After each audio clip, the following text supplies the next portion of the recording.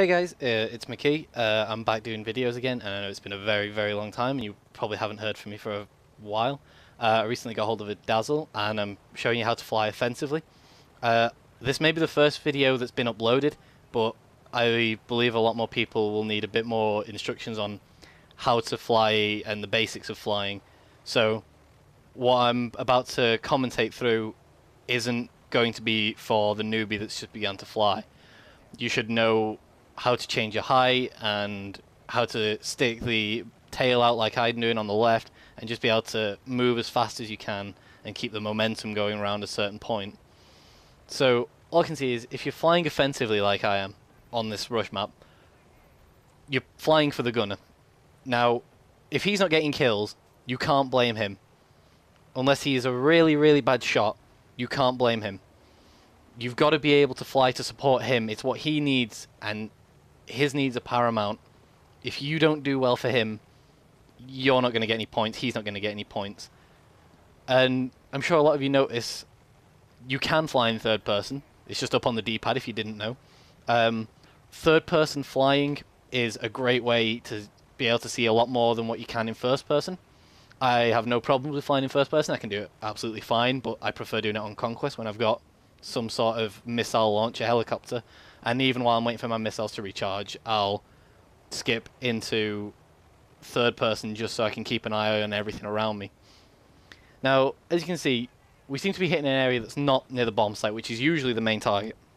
What this is, that's an AA gun, and as you can tell, the damage it does is ridiculous.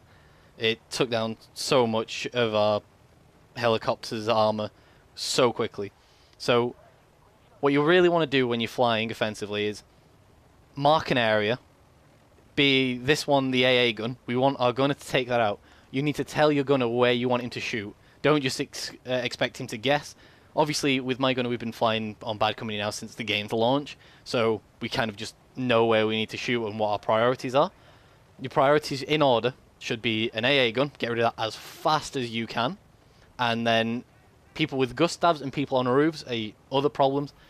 I've only ever been sniped out the cockpit of a helicopter once, but you know, it does happen, and it will cause a lot of problems if you do. You can even land the helicopter, it can be stolen, and they can even pick up multiple kills on the people that need to get out of the helicopter. So as you can see, just flying around A, putting as much pressure on the A as we can. The third person in our squad is there mainly so he can keep control on the ground and keep a lookout for anything suspicious that me or the gunner don't see, such as people going up buildings and climbing up roofs. Also, you need at least one passenger as an engineer, just to keep your helicopter on 100. If you're not on 100 and you're still taking damage, if you drop below 75 and you need to heal, and you think that's when you need to heal, you need to get out of there. Just go, find a safe place to heal. Your team should be alright. There's usually about 12 people on a team. So as you can see, we've got the bomb planted at both sites, but we're still only keeping the pressure on A because we want to at least guarantee we get one of these bombs. Even if we lost both of them, just keep the pressure on one of them, and you'll know you've done your best you can. But as you see here, we get both of them, and that's, you know, fantastic for a game mode that can take up to 45 minutes to an hour. We're moving on already into part 2 of 3. This was my first time flying on Atacama Desert, so I made the noob mistake of rushing straight in, thinking there's no more anti-air guns, wondering if the helicopter actually spawns again, if they get a helicopter. So I run in and take an absolute butt-ton of damage.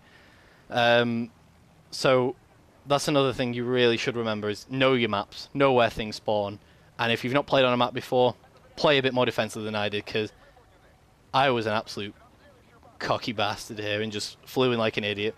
And this is where I tell you now that repairing is what you need to stay in the air. If you don't have a squad and you fly a helicopter, I can guarantee you won't get well. Do well, and you won't get many points from the game. And if they're not in your squad, you'll get even less points, even if they are getting a load of kills. I don't even know what this guy was doing. He just felt like a free lift. And if you actually notice, it's such a team-based game. This guy's not even in our squad. He doesn't even know why we're here. I think he was there to hitch a ride. But he came in, he healed us, and we took off instantly. Now, unfortunately, this guy, it was in vain. We get shot down. That's the only time we get shot down in this video, because I thought I'd end it here. As you can see, we're top of the leaderboard. I'd like to thank all you guys for watching this video. Leave a comment if it helped. Rate the video and subscribe if you want to see more. The next video will be on transport flying and the basics of flying for beginners. Thank you very much.